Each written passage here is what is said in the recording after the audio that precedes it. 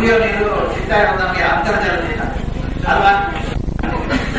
ಈ ಅಂತರ್ಜಲ ಎಲ್ಲಾದ್ರೂ ಸುಲಭವಾಗಿ ನಾವು ಒಂದು ಕೊಳೆ ಬಾವಿ, ನಮ್ಮ ಚಿಕ್ಕ ಜಮೀನಲ್ಲಿ ಒಂದು ಕೊಳೆಯ ಬಾವಿಯನ್ನು ಕೊರೆದು ಅದರಿಂದ ನೀರು ತೆಗಿಬಹುದು. ಅದು ನಮ್ಮ ಜಾಗದಲ್ಲೇ ಮಾಡ್ತಕ್ಕಂಥ ಕೆಲಸ ಅಲ್ವಾ. ನೀರು ಅಂತರ್ಜಲ ಎಲ್ಲ ಭೂಮಿ ಒಳಗಡೆ ಎಲ್ಲ ಇದ್ರೂ ಕೂಡ ಯಾಕೆ ಎಲ್ಲ ಕೊಳವೆ ಬಾವಿಗಳು ಸಮ ಪ್ರಮಾಣವಾಗಿ ನೀರು ನಮಗೆ ಸಿಗೋದಿಲ್ಲ? ಯಾಕೆ ಸಿಗೋದಿಲ್ಲ ಅಂದ್ರೆ ಆಮೇಲೆ ಅದಕ್ಕಿಂತ ಮುಖ್ಯವಾಗಿ ಸಿಗುವಂತಹ ನೀರನ್ನ ಸಮರ್ಪಕವಾಗಿ ನಾವು ಉಪಯೋಗಿಸೋದಿಲ್ಲ. ಆಮೇಲೆ ಜೊತೆಗೆ ಇಲ್ಲಿ ನೀರಿನ ಗುಣಮಟ್ಟವನ್ನು ನಾವು ಬಹಳಷ್ಟು ಮಾಡ್ತೀವಿ. ಈಗ ತಿಪ್ಪೆಗಳು ನೋಡಿ, ಬೋರ್ವೆಲ್ ಪಕ್ಕದಲ್ಲೇ ತಿಪ್ಪೆಗಳನ್ನು ನಾವು ಮಾಡಿದ್ವಿ. ಆ ಮಳೆಗಾಲದಲ್ಲಿ ಅದೇ ತಿಪ್ಪೆಗಳಿಂದ ಕಲುಷಿತವಾದಂತಹ ಒಂದು ಪದಾರ್ಥಗಳು ಹರಿದು ನಮ್ಮದೇ ಆದಂತಹ ಕೊಳವೆ ಬಾವಿಗಳಲ್ಲಿ ಹೋಗಿ ಆ ನೀರಿನ ಗುಣಮಟ್ಟ ಕಡಿಮೆ ಆಗುತ್ತೆ. ಇವೆಲ್ಲ ಮಾನವ ನಿರ್ಮಿತವಾದಂತಹ ಒಂದು ಚಟುವಟಿಕೆಗಳು. ಇದರಿಂದ ಅಂತರ್ಜಲ ಗುಣಮಟ್ಟ ಕಡಿಮೆ ಆಗುತ್ತೆ ಮತ್ತು ಅಂತರ್ಜಲದ ಆಮೇಲೆ ನಾವು ಎಲ್ಲಾದ್ರೂ ಅಂತರ್ಜಲನ ಮರುಪೂರೈಕೆ ಮಾಡೋದ್ರ ಬಗ್ಗೆ ನಾವು ಕೇಳಿದ್ದೀವಿ. ನಿಮ್ಗೆಲ್ಲಾದ್ರೂ ಗೊತ್ತಿದೆಯಾ? ಎಲ್ಲ ಕಡೆ ಗೊತ್ತಿದೆ ಅಲ್ವಾ? ಅಂತರ್ಜಲ ಮರುಪೂರೈಕೆ ಅಂದ್ರೆ ಏನು?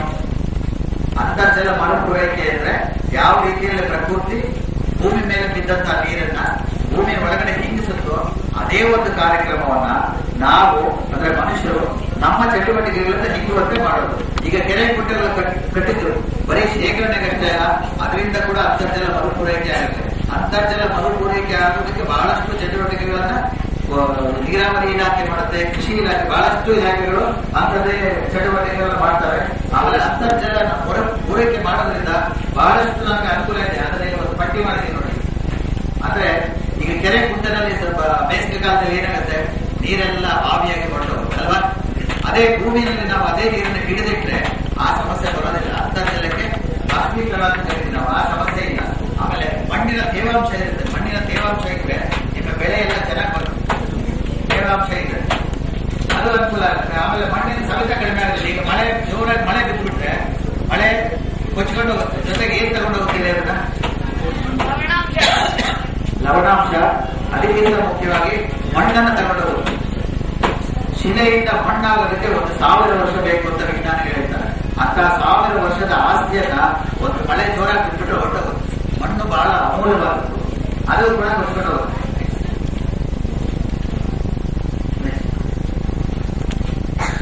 ಈಗ ನೀರು ಆಗಲಿ ಅಂತರ್ಜಲ ಆಗಲಿ ಯಾವುದೇ ಆಗಲಿ ಆದ್ಯತೆ ಮೇರೆಗೆ, ಅದ್ರಿಗೆ ಆದ್ಯತೆ ಮೇರೆಗೆ ನಾವು ಇಂಗ್ಲಿಷಲ್ಲಿ ಪ್ರಯಾರಿಟಿ ಅಂತ ನಾವು ಯೋಚನೆ ಮಾಡೋದಾದ್ರೆ ಮೊದಲನೇ ಆದ್ಯತೆ ಯಾವ್ದು ಬೇಕಂದ್ರೆ ಮನುಷ್ಯನಿಗೆ, ದನಕರುಗಳಿಗೆ, ಸಸ್ಯರಾಶಿಗೆ ನೀರು ಯಾಕೆ ಬೇಕೇಳಿ?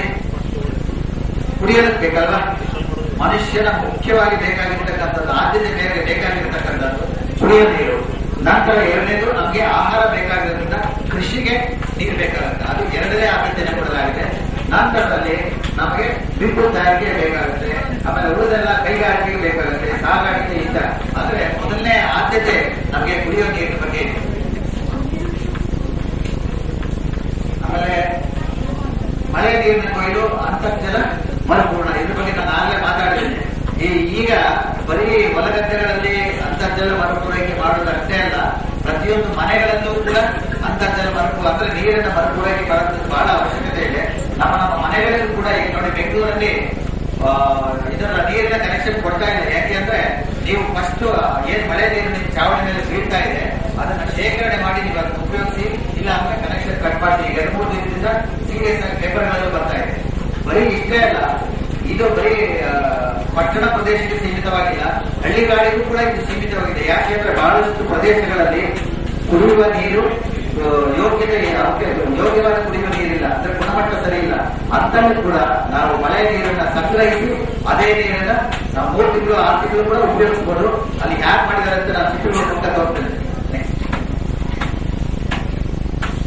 ನೋಡಿ, ಒಂದು ಸಣ್ಣ ಮನೆ, ಇದು ನಮ್ಮ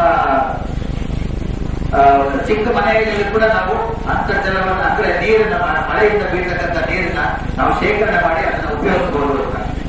ನೆಕ್ಸ್ಟ್ ನೋಡಿ, ಶೇಖರಣೆ ಮಾಡೋದ್ರ ಜೊತೆಗೆ ಇನ್ನೂ ಹೆಚ್ಚಿನ ನೀರು ಬಂತಂದ್ರೆ ಅದನ್ನ ನಾವು ಭೂಮಿಯಲ್ಲಿ ಇಂಗಿಸಬಹುದು. ಯಾಕೆಂದ್ರೆ ಮತ್ತೆ ನಾವು ಭೂಮಿಯಿಂದ ತಗೊಂಡಂತ ನೀರನ್ನ ಭೂಮಿಗೆ ಕೊಡ್ತಕ್ಕಂಥ.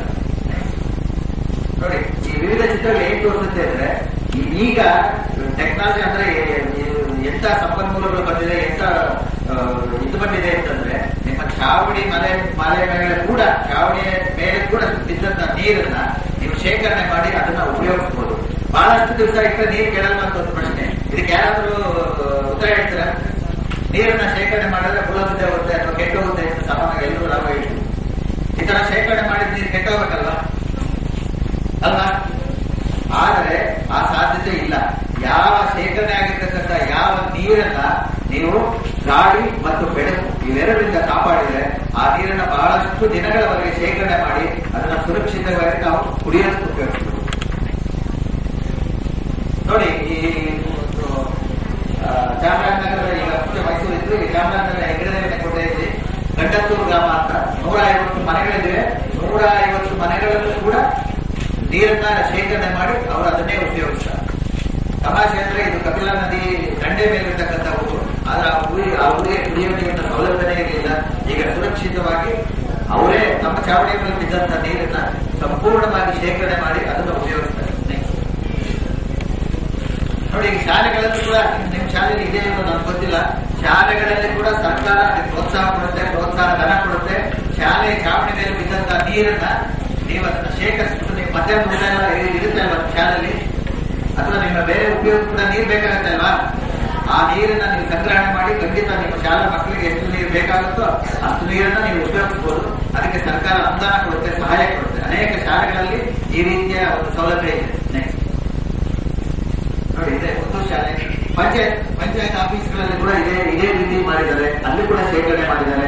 ಬರೀ ಅಷ್ಟೇ ಅಲ್ಲ, ಬೆಂಗಳೂರು ಮತ್ತೆ ಅನೇಕ ನಗರಗಳಲ್ಲಿ, ಮುಂಬೈ, ಡೆಲ್ಲಿ ಅನೇಕ ನಗರಗಳಲ್ಲಿ ಸರ್ಕಾರಿ ಕಚೇರಿಗಳಲ್ಲಿ ಕೂಡ ಈ ತರ ಚಾವಣಿ ಮೇಲೆ ಬಿರ್ತಕ್ಕಂಥ ನೀರನ್ನ ಶೇಖರಣೆ ಮಾಡಿ ಅದನ್ನ ಮರುಬಳಕೆ ಮಾಡ್ತಕ್ಕಂಥ ಒಂದು ಯೋಚನೆ ಮಾಡಿದ್ದಾರೆ.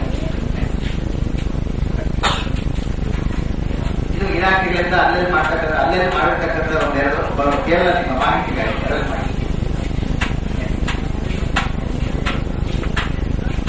ನೋಡಿ, ಚೆಕ್ ಡ್ಯಾಮ್ ಇದೆಲ್ಲ ನಿಮ್ಮ ಹೊಲಗಳಲ್ಲಿ ನಿಮ್ಮ ಊರುಗಳಲ್ಲಿ ಕಟ್ಟಿದಂತ ನೀರು ಬೇರೆ ಫಾರಿನ್ ಮಾಡೋದು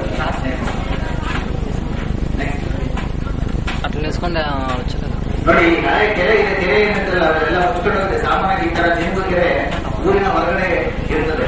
ಅವನ್ನು ಕೂಡ ಪುನಶ್ಚೇತನ ಮಾಡಬಹುದು. ಅವನ್ನು ಕೂಡ ಅಲ್ಲಿ ಕೂಡ ಆ ಪ್ರದೇಶದಲ್ಲೂ ಕೂಡ ನೀರನ್ನು ಶೇಖರಣೆ ಮಾಡಿ ನಾವು ಉಪಯೋಗಕ್ಕೆ ಬರಬಹುದು. ಬರೀ ಮನುಷ್ಯರಿಗೆ ದನಕರಿಗಳು ಕೂಡ ನೀರು ಬೇಕಲ್ವಾ? ಈಗೆಲ್ಲ ನೀವೆಲ್ಲ ನೋಡ್ತೀರಾ, ಎಂಥದ್ದು ಆನೆಗಳು, ಸಿಂಹಗಳು, ಆನೆ, ಹುಲಿಗಳು, ಚಿರತೆಗಳು ಊರೊಳಗೆ ಬರ್ತಾ ಇದ್ದಾರೆ. ಹೌದಾ ಅಲ್ವಾ? ಪೇಪರ್ ಓದ್ತಿರಲ್ವಾ ನೀವು? ಯಾಕೆ ಸಿಂಹನ ಹೊಡ್ತಾ ಬರ್ತವೆ?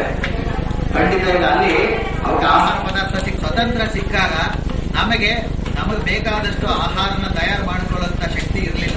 ಅವಾಗೆಲ್ಲ ಯಾವ ಕ್ರಾಂತಿ ಬಂತೇಳಿ? ಹಸಿರು ಕ್ರಾಂತಿ. ಹಸಿರು ಕ್ರಾಂತಿ ಅಂದ್ರೆ ಏನು? ಹಸಿರು ಬಣ್ಣ ಹೊಡೆಯೋದಲ್ಲ. ಹಸಿರು ಕ್ರಾಂತಿ ಅಂದ್ರೆ ಏನ್ ಹೇಳಿ? ನಮಗೆ ಬೇಕಾಗಿರ್ತಕ್ಕಂಥ ಆಹಾರ ಪದಾರ್ಥಗಳನ್ನ ನಾವೇ ಉತ್ಪಾದನೆ ಮಾಡೋದು. ಬೇರೆ ಬೇರೆ ಕೈಗಾರಿಕಾ ಕ್ರಾಂತಿ ಬಂತು, ಮತ್ತೆ ಹಾಲಿನ ಕ್ರಾಂತಿ, ಏನೇನೋ ಕ್ರಾಂತಿ, ಎಲ್ಲ ಕ್ರಾಂತಿಗಳು ಬಂದಾಗ, ಎಲ್ಲ ಬದಲಾವಣೆ ಬಂದಾಗ ಕೂಡ ನಮಗೆ ನೀರಿನ ಅವಶ್ಯಕತೆ ಬಹಳ ಆಗಿ